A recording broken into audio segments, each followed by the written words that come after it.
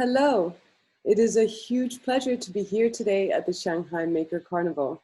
I'm Christina Rebel, co-founder and Chief Innovation Officer of Wikifactory, and we're hosting today at the Maker Carnival a session, a very important session, about how to future-proof your career as a maker. I am so well surrounded today because we're going to be welcoming a series of speakers. Each have been pushing their maker skills into new innovation areas that are extremely exciting because there's an opportunity that we want to highlight. We believe that digital fabrication skills, whether learning about 3D printing, CNC, laser cutting, really is a gateway, a means for you to extend your knowledge into new exciting innovation areas that have a role to play in our future. And that's exactly what we want to shed light today.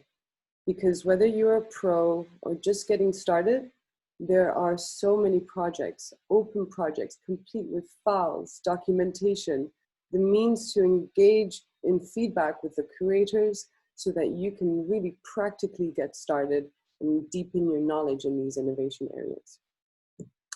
I will be welcoming the speakers. Each speaker is given 8 to 10 minutes to share their experience in taking their maker skills to these new innovation areas.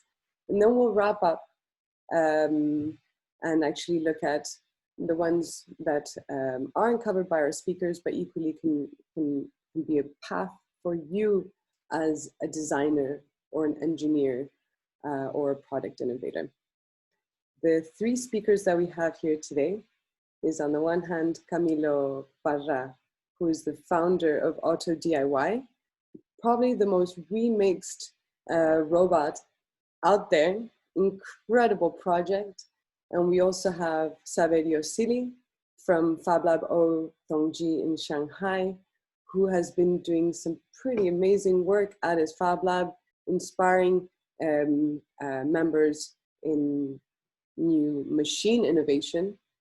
So I can't wait to hear his contribution. And not least, also Agustin Arroyo, who's a very well-known product developer around the world, quite the influencer, but he will be sharing to you how he's been engaging his skills in new innovation areas as well.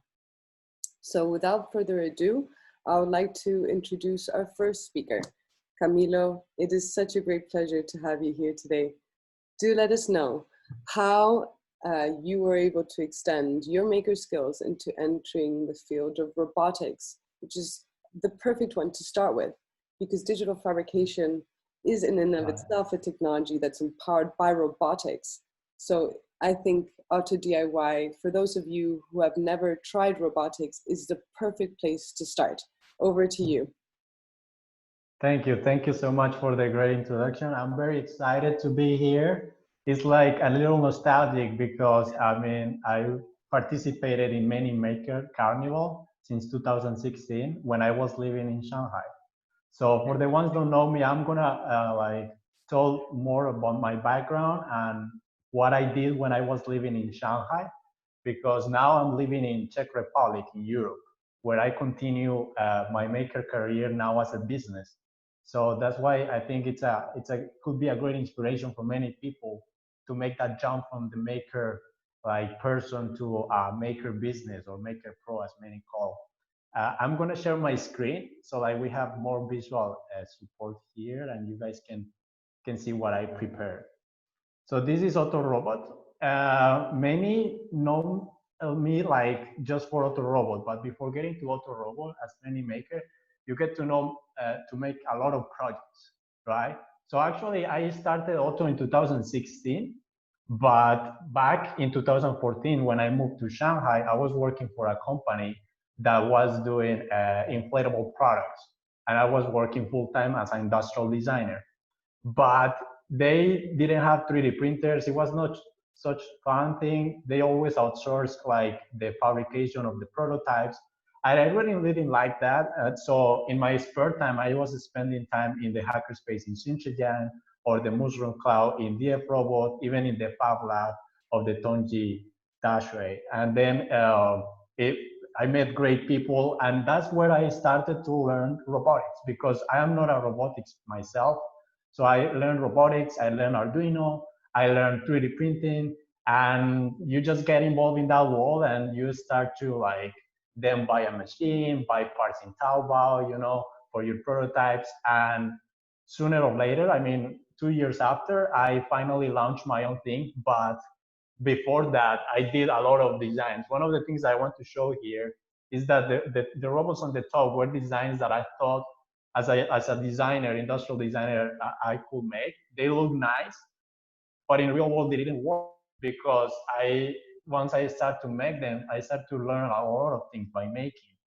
And only until like the latest one, I started to really make sense of like the logic of building a robot and the mechanics involved and the process involved to really make the prototypes work, the coding, the mechanics, the electronics.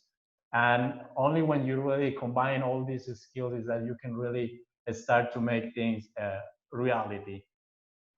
This is a nice picture we have in one of the events. This is in the DF Robot Makerspace Motion Cloud with some of our friends. So like, yeah, you get to meet a lot of international people in Shanghai also. It's about the community most of the time. So that was one of the like great support. I mean, many people think that I was the one that really created everything because I'm in the face, but it's always a community work when you are a maker. Then I decided that there was a need for a kit or like a robot that anybody can build, because even myself as an engineer, I couldn't make a robot. I mean, I was not able, and I found out that the obstacle was in having the right materials in front of you, the right tools, the machines, the technology, or the knowledge for that. So once I figured out that if that is in one package, then it's very easy for anybody to build a robot. And that's where I started to build around the idea of build your own robot. The idea that anybody can make their own robot and learn about technology, and in a fun way, right? It doesn't have to be like the theory and boring theory that you learn even in the university, but like doing a robot, you learn a lot of things, not only robotics, but technology, design, coding, and more. So many of the ones that don't know Otto maybe don't know what it does. So Otto basically, in the basic form, is this robot that I have here, and it can walk, dance. You can program, and it can avoid obstacles with the ultrasound. It's 3D printable, open source in both software and hardware. So we now have a blog, graphical programming. So even the programming is very easy for beginners. But of course, we didn't stop there. One of the things that we saw once we launched it is that many people started to create their own variations. Also myself. So we start from the bottom, but now we have, like the one I have in my hands have Bluetooth and you can control with the app.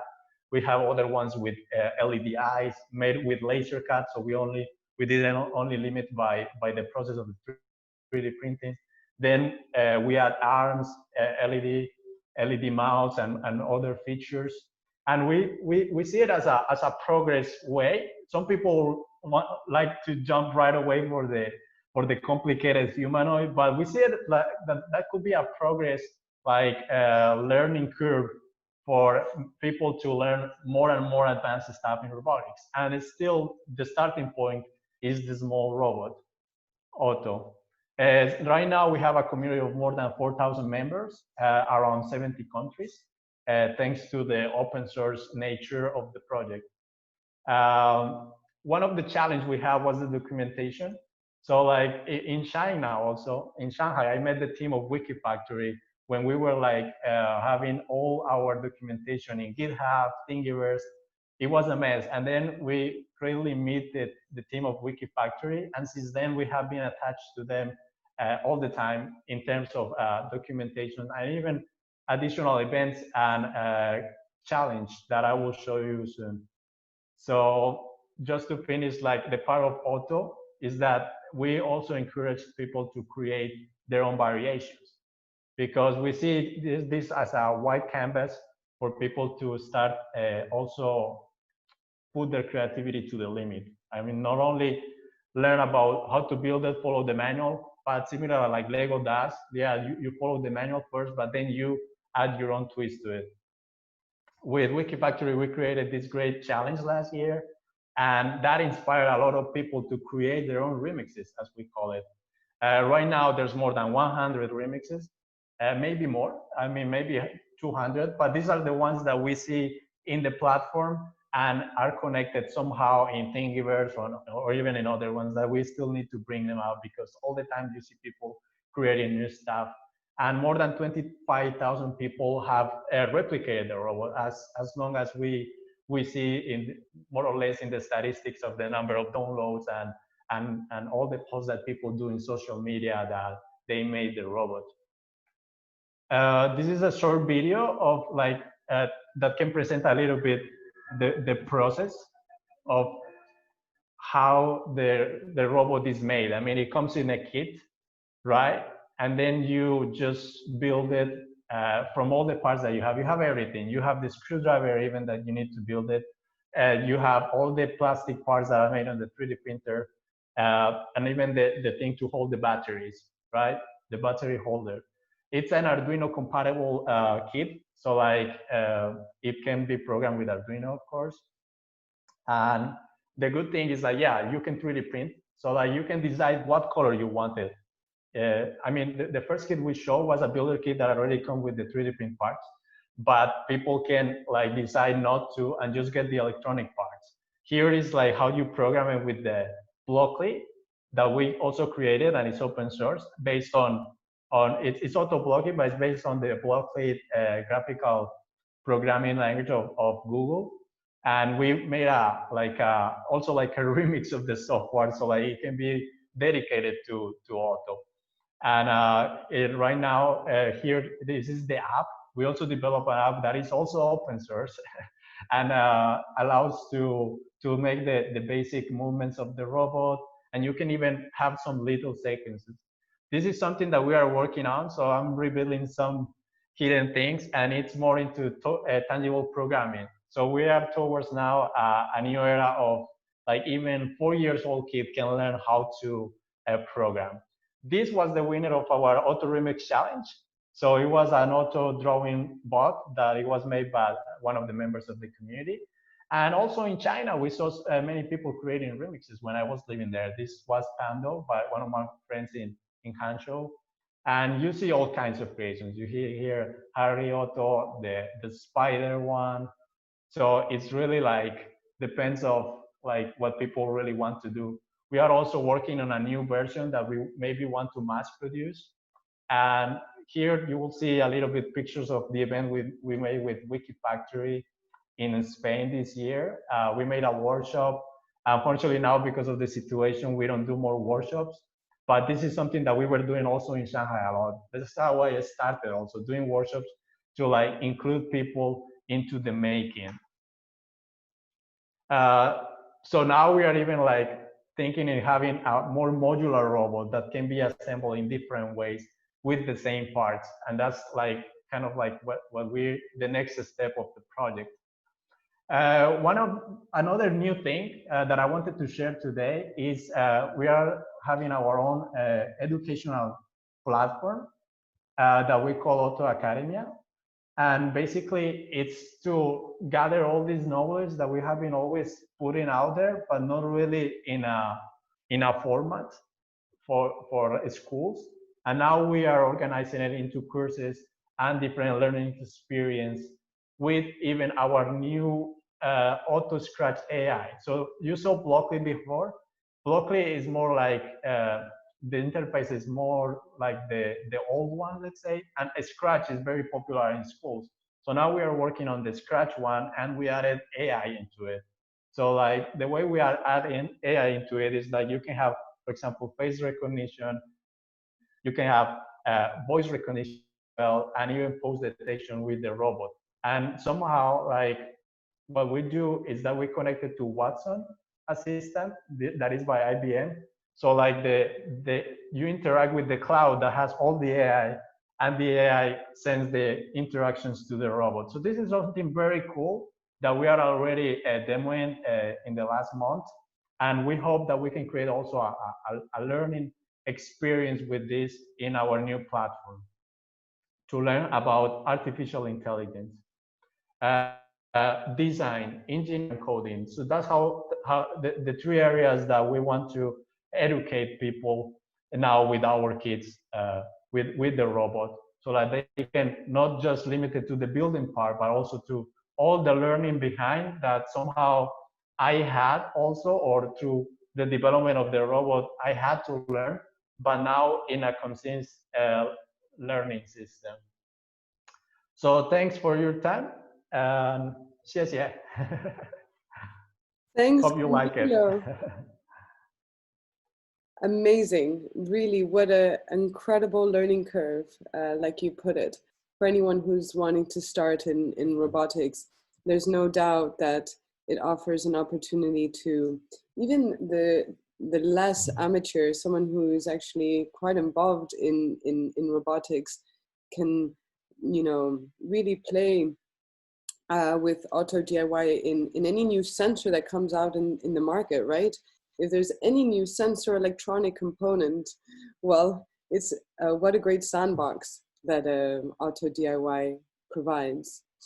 And I think this now really nicely connects to our next speaker. So we have here Saverio, because fundamentally, if the idea of innovation in robotics is actually the birthplace of digital fabrication machines themselves. What is not a 3D printer, a CNC, a laser cutter, if not a tool connected to a robotic system? And whilst the maker movement has been born out of the hype of the 3D printing movement, you could say around 12, 15 years ago, it's not just 3D printers and laser cutters that this market needs. I would say that there's a whole range of machines that still could be digitized. And the work of Saverio points exactly to this. I think this is a future-proof career area. There's so many machines that we still need to develop. So here's to your story, Saverio. Thank you so much for joining us. Hello, thank you for inviting me. Let me share my screen. Okay. Okay, so let me start here. Okay, so a little bit of an introduction about myself. So I am, my name is Saverio Silli. I'm an architect. I studied architecture and I work as an architect. Now I am the vice director of the Fab Lab in Shanghai, and I also work with Tongji University. Actually, I worked for a long time as an architect and interior designer in Rome until the maker movement appeared in Italy and exploded in Italy. And me and other people in Italy, we were among the first people to start and to bring the maker movement in Italy. I opened the first Fab Lab in Rome, and we organized the first maker fair in Rome. And then I decided, okay, I have enough of designing, making interior design. And what I really like is working with my hands. I'm a maker. So I joined the Fab Academy, which I'm going to introduce a little bit to you. And after that, I moved to Paris first to teach this class. And then since 2017, I'm in Shanghai, where now it's been almost 4 years. So this story is a story about bits and atoms. So you start from the computer world, the information world, and through digital fabrication, you can make real things in the real physical world. You do it in a Fab Lab, at least that's where I do it, in the Fab Lab. The Fab Lab means Fabrication Laboratory. It was started by Professor Gershenfeld at the Center for Bits and Atoms at the MIT in Boston. So again, bits and atoms put together, digital fabrication. These Fab Labs are a place where all these machines you can find all digital fabrication machines, and they are so successful that there are more than 2,000 Fab Labs all around the world now. In MIT, Professor Gershenfeld teaches a class that is called How to Make Anything.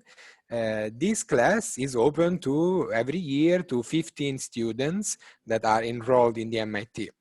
But Professor Gershenfeld thought, what about I open this class to everyone that wants to join through online teaching and offline inside of each Fab Labs around the world. There are so many Fab Labs that are all connected in a network. And so the same class that the Professor Gershenfeld teach at MIT is also taught in Fab Labs, and it's called Fab Academy. And this is the class that I took as a student, and that basically changed my career and changed my life. Sorry. This is the way it looks when we are all connected in this virtual classroom. Every Fab Lab is a local classroom of this network.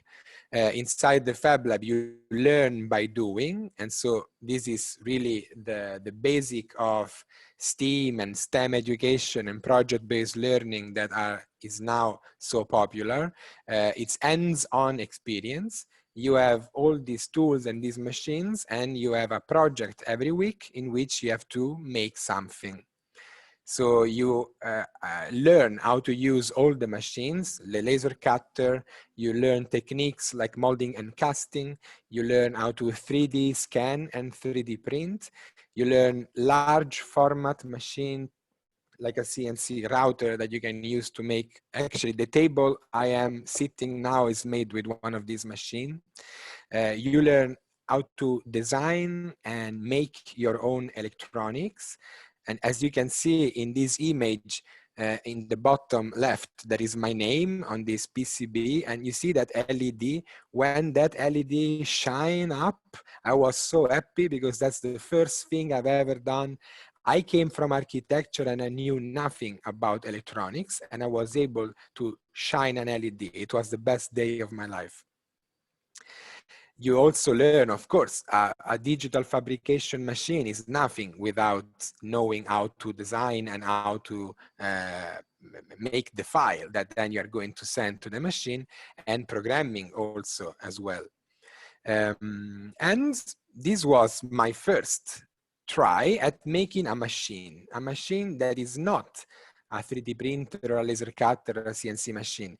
It's a machine that is made with these machines, but that makes something else. In this case, this machine was a machine that makes Zen gardens.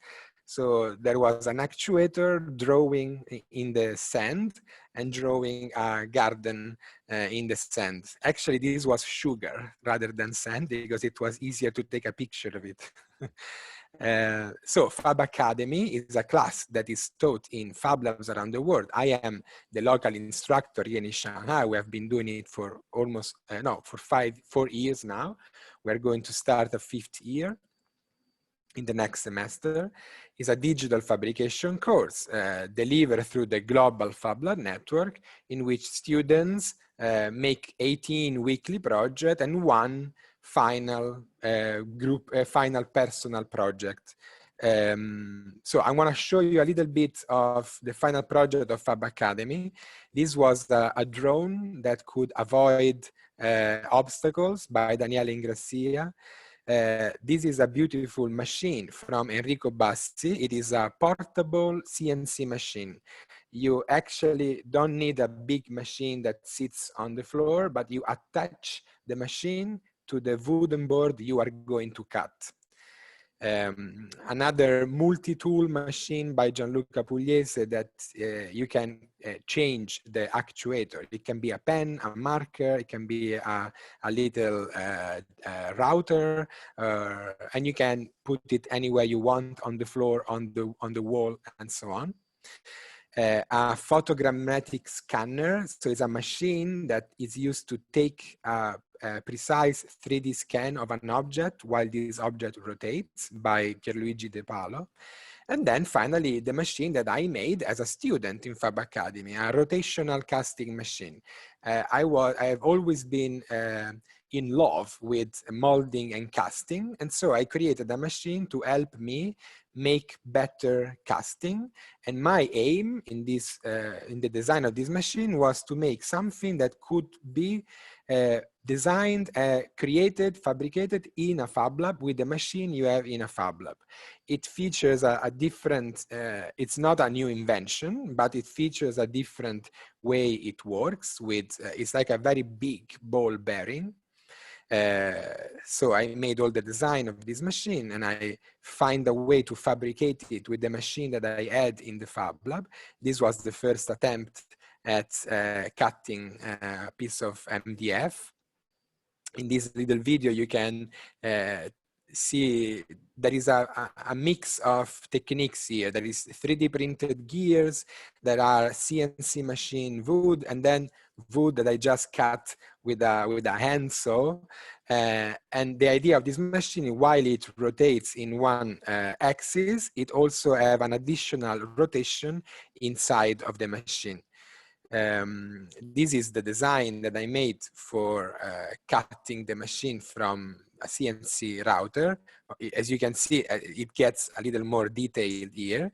And this is the image of the panel, the wooden panel cut.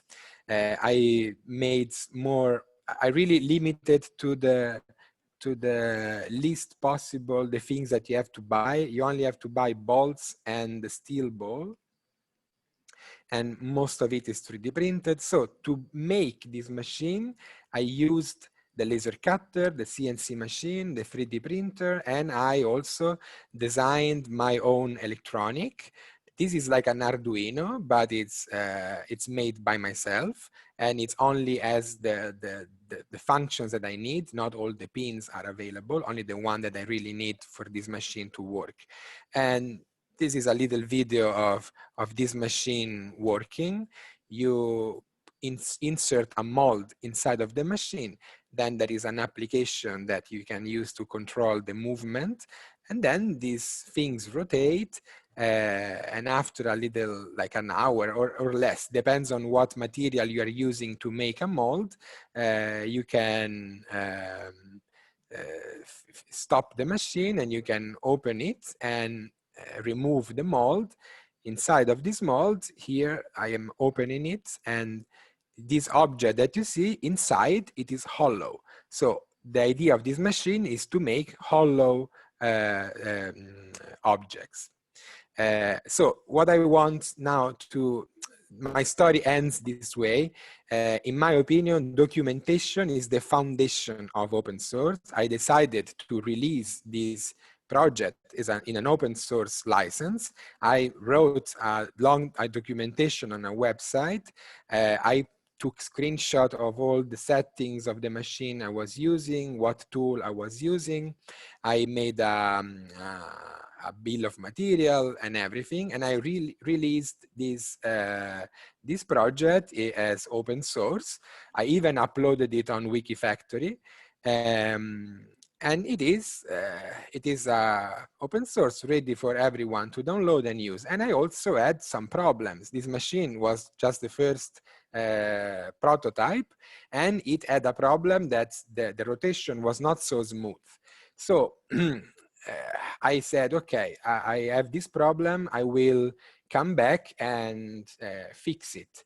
And then something happened and life goes on, and I moved to another project, and I never went back to fix that problem. until I receive an email and a picture from these three guys. This is one teacher in a high school and two high school students. They found my project online, they read my documentation, they liked my machine, they made their own version, and they even fixed the problem that I discovered, and they used their machine to make chocolate eggs. So chocolate eggs that are hollow inside. This is a very famous dessert thing in Italy for an holiday. And when I received this email from them, I was so beautiful. We even met at a maker fair in Rome, and we put these two machines together. And then I downloaded and printed the part that they fixed, and I updated my machine. So because of an open source license, I was able to have basically research and development and fixing problems, debugging made by someone else for free. My story ends here, but I want to show you my page on this project on Wikifactory. And one last thing, I don't know if the video maybe is not so detailed, but this is the last project that I've been working on with my students. It is a machine, but this is a pizza cutter. So you can make a machine that does not make much, does not change the world. This machine cuts pizza.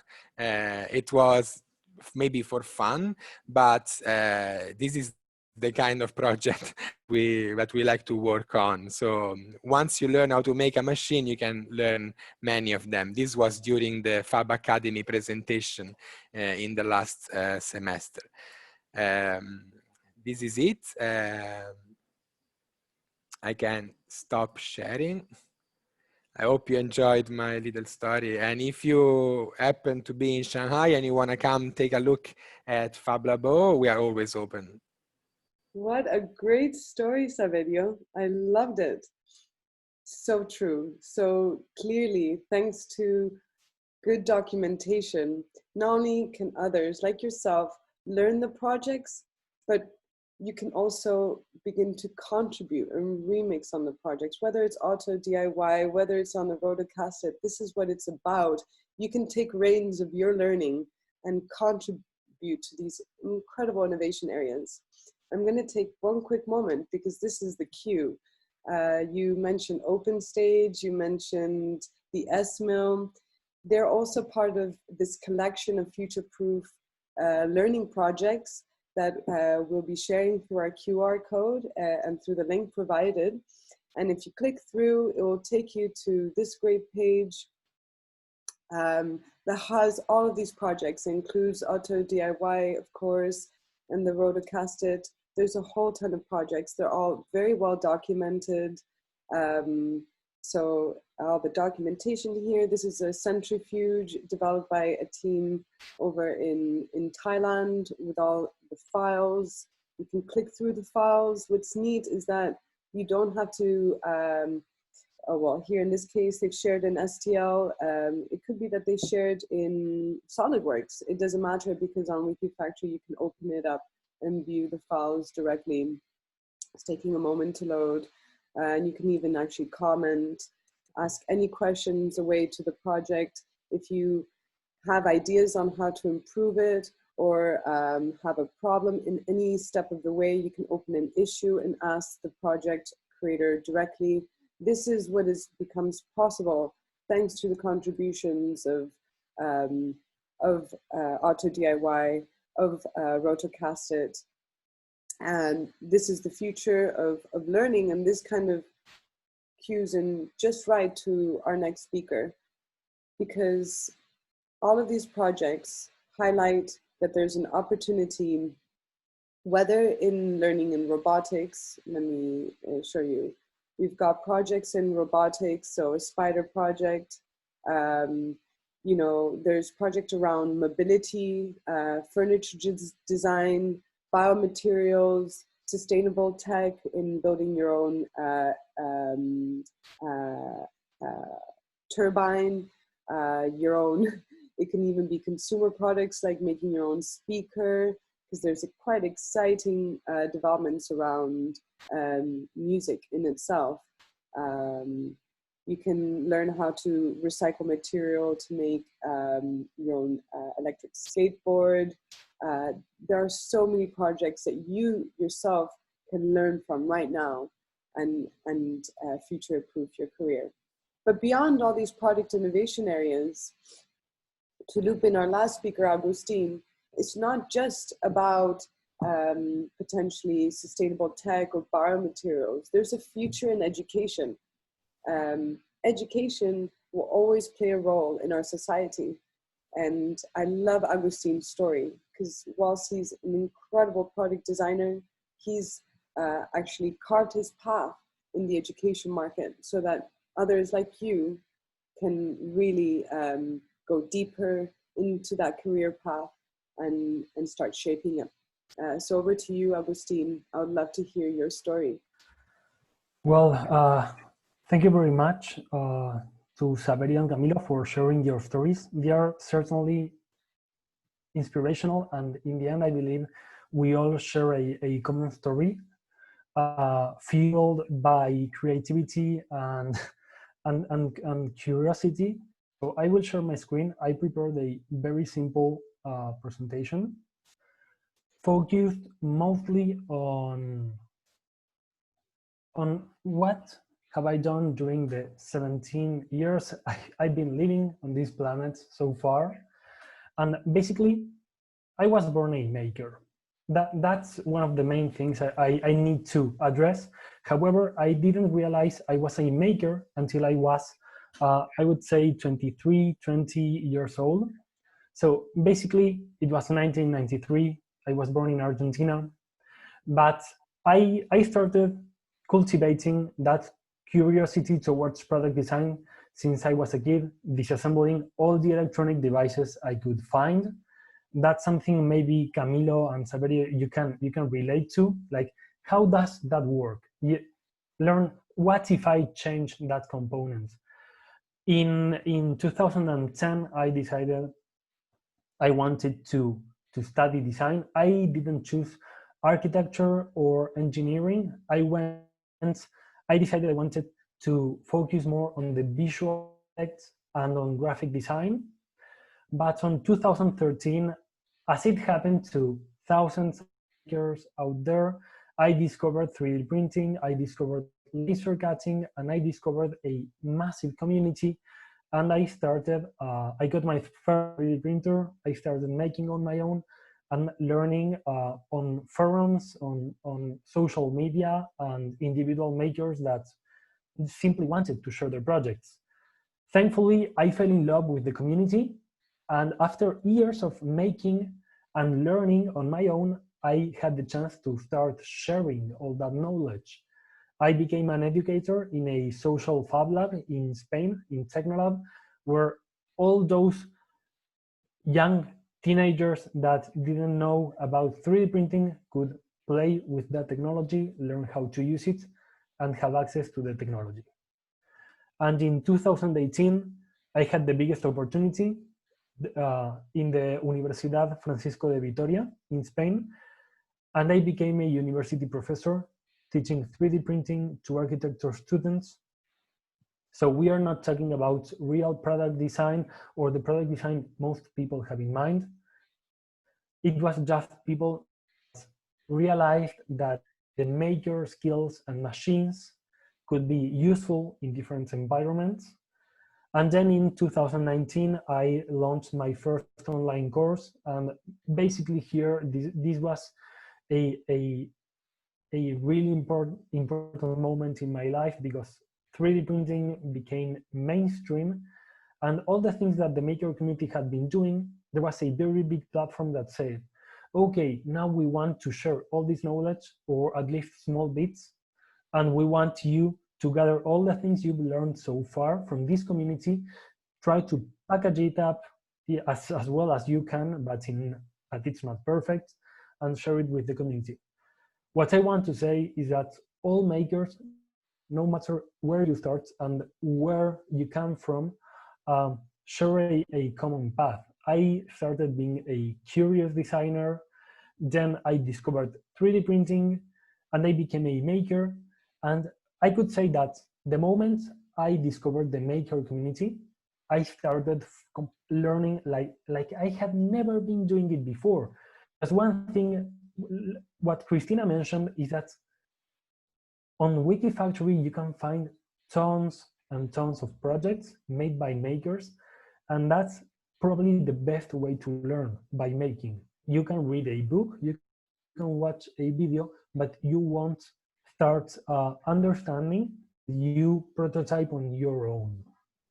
But as you can see in this small ladder, I became an educator, then a university professor, and then an online. And the common thing is three areas is that I started doing what I had learned from the maker community. My story as a product designer can be described as learning, making, and sharing, those three simple steps. For example, now as a content developer on Wikifactory, my job consists on supporting those product designers, those Fab Academy students, those users trying to remix Auto. For example, I had to design an enclosure for a Game Boy card flasher, and I wanted it to be nice. Well, everything I learned from that experience, I transformed it into an article, a small guide on how to design an enclosure for your project. I started being a maker, I tried something, I failed, I learned, and now I'm able to share it. The same with bill of materials, because Camilo, for example, he needs to have a very specific list of materials you need.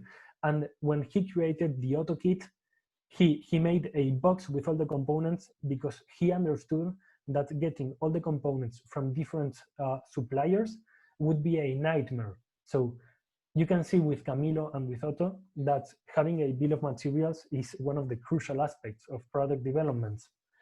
Then how to choose the right materials, because Saverio will know in the Fab Lab that not all materials have the same properties. We can think about laser cutting, we can think about 3D printing or CNC machining.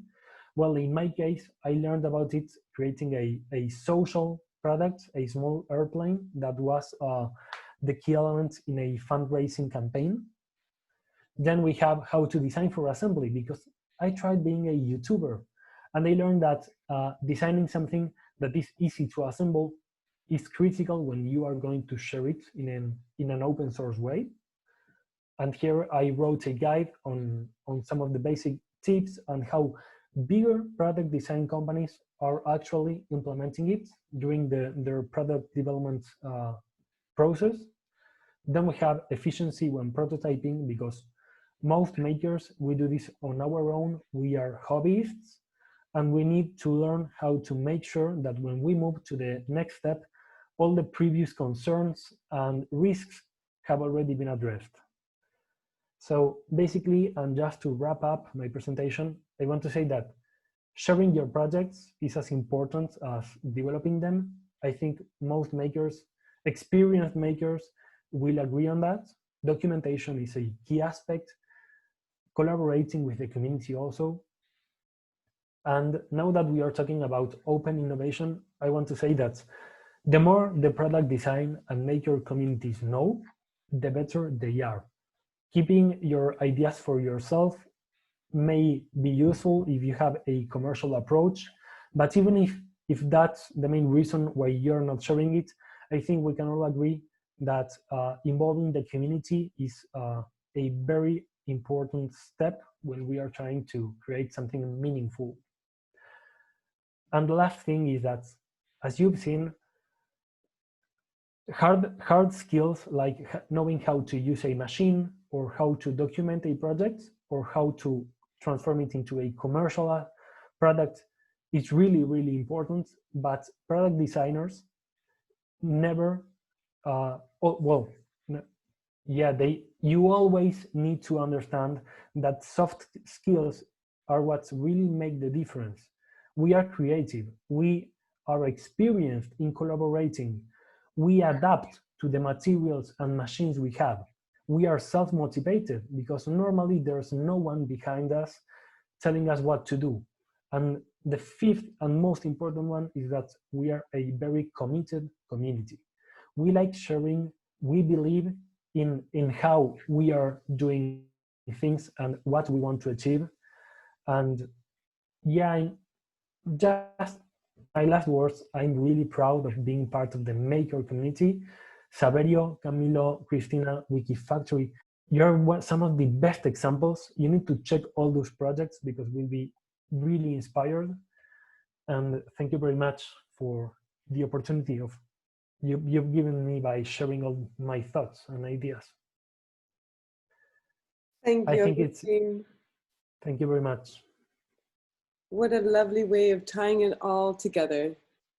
Just to say that this is exactly, you all demonstrate exactly what I hope to highlight today, that really there's no barriers to participate in your learning thanks to these resources of auto DIY, of the Rotocast, of everything that's been shared by the Wikifactory community and at large on the web, because it offers you a way to tailor-make your practical learning curve, whereby if you're just getting started or wanting to perfect your practice, you can take reins of it. And granted, even if you might not be starting your own project, these are the skills that are highly sought after. Industry knows and speaks of Industry 4.0, and one of the limiting factors in bigger companies' developments is lack of skills and knowledge by their employees. So if you know and you deepen your knowledge in how to use these machines and how to extend it to different domains and disciplines, you will become more attractive in that hiring process, in that opportunity that Industry 4.0 is opening up as a path. For granted, I hope that in hearing the stories of those who have done their own projects, that you ultimately think of making your own, because that's super exciting. Ultimately, I do think that the future is not about closed innovation teams working isolated from the rest of the world. I think the network, the online technologies that we use today offer an opportunity to tap into the expertise and the know-how of a broader network. It's as if given enough eyeballs, all problems are shallow. There's not a problem too hard or too complex. In fact, this is what open innovation allows. You can share a project and work with the whole internet as your distributed team, so that if you meet a stumbling block in that process, others can help you. This is what is super exciting. I hope that you are inspired as much as we are to take that path. And thank you very much, first of all, to the speakers for joining us today, for sharing your experience, and for all of you watching today. Please do check the QR code, the link provided. It will link you to all the resources for you to get started or get deeper. Thank you. Thank you. Thank you. Thank you. Thank you.